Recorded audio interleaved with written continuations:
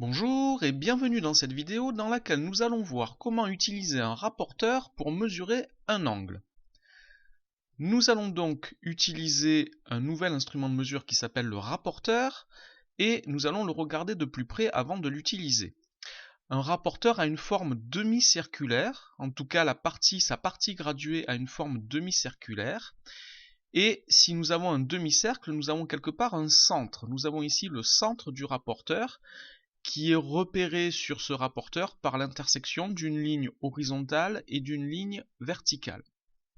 Ensuite, nous avons des graduations. Nous avons d'abord des graduations extérieures ici, qui partent de 0 à gauche et qui vont jusqu'à 180 à droite ici. Et il s'agit de 180 degrés. L'unité que nous allons utiliser pour mesurer des angles est le degré. Nous avons aussi des graduations intérieures qui partent de 0 ici à droite et qui vont jusqu'à 180 degrés ici à gauche. Donc pareil de 0 à 180 degrés mais elles vont dans l'autre sens. Alors nous avons deux graduations, il faudra faire attention à ne pas se tromper lorsqu'on les utilise. C'est une source d'erreur, on va essayer de voir comment éviter cette erreur. Alors nous allons donc utiliser le rapporteur pour mesurer un angle.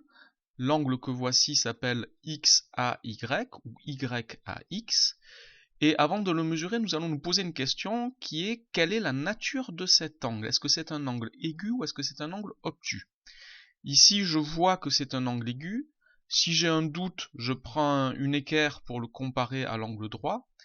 Mais si c'est un angle aigu, cela signifie que j'attends une mesure comprise entre 0 et 90 degrés. Ça serait un moyen de vérifier que je ne me suis pas trompé dans l'utilisation des graduations du rapporteur.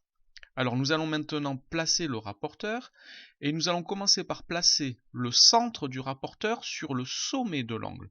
Donc ici le centre du rapporteur est placé sur le sommet A de notre angle.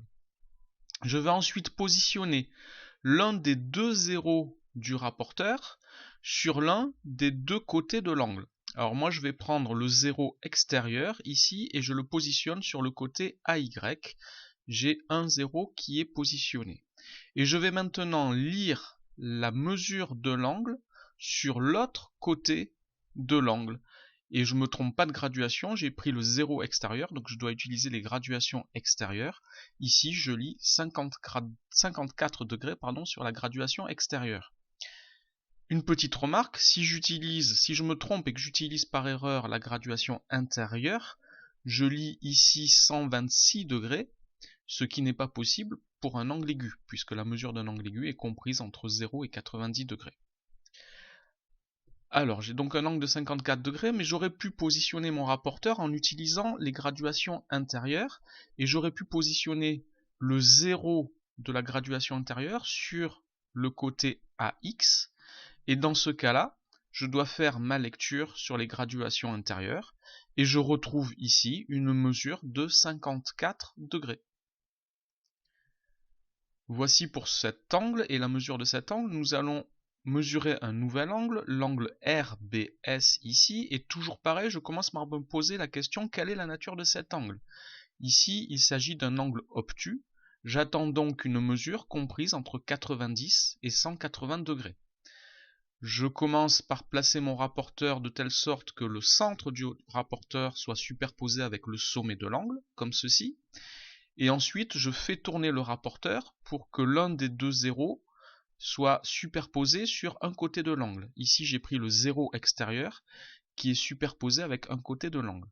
Et je vais donc lire sur la graduation extérieure, ici je lis 132 degrés. Comme tout à l'heure, si je me trompe de graduation pour ma lecture, si je lis sur les graduations intérieures, je vais lire ici 48 degrés, ce qui n'est pas possible pour un angle obtus, puisqu'un angle obtus a une mesure comprise entre 90 et 180 degrés. Alors pour mesurer cet angle, j'aurais pu utiliser les graduations intérieures en positionnant le 0 de la graduation intérieure sur un côté de l'angle. Et dans ce cas, la lecture se fait sur l'autre côté, mais attention, sur la graduation intérieure. Et je retrouve bien ici les 132 degrés sur la graduation intérieure. Voilà pour la mesure d'un angle. avec un rapporteur. Merci d'avoir regardé cette vidéo. N'oubliez pas de lui donner un j'aime si vous l'avez aimé et de vous abonner à ma chaîne si elle vous intéresse. Au revoir.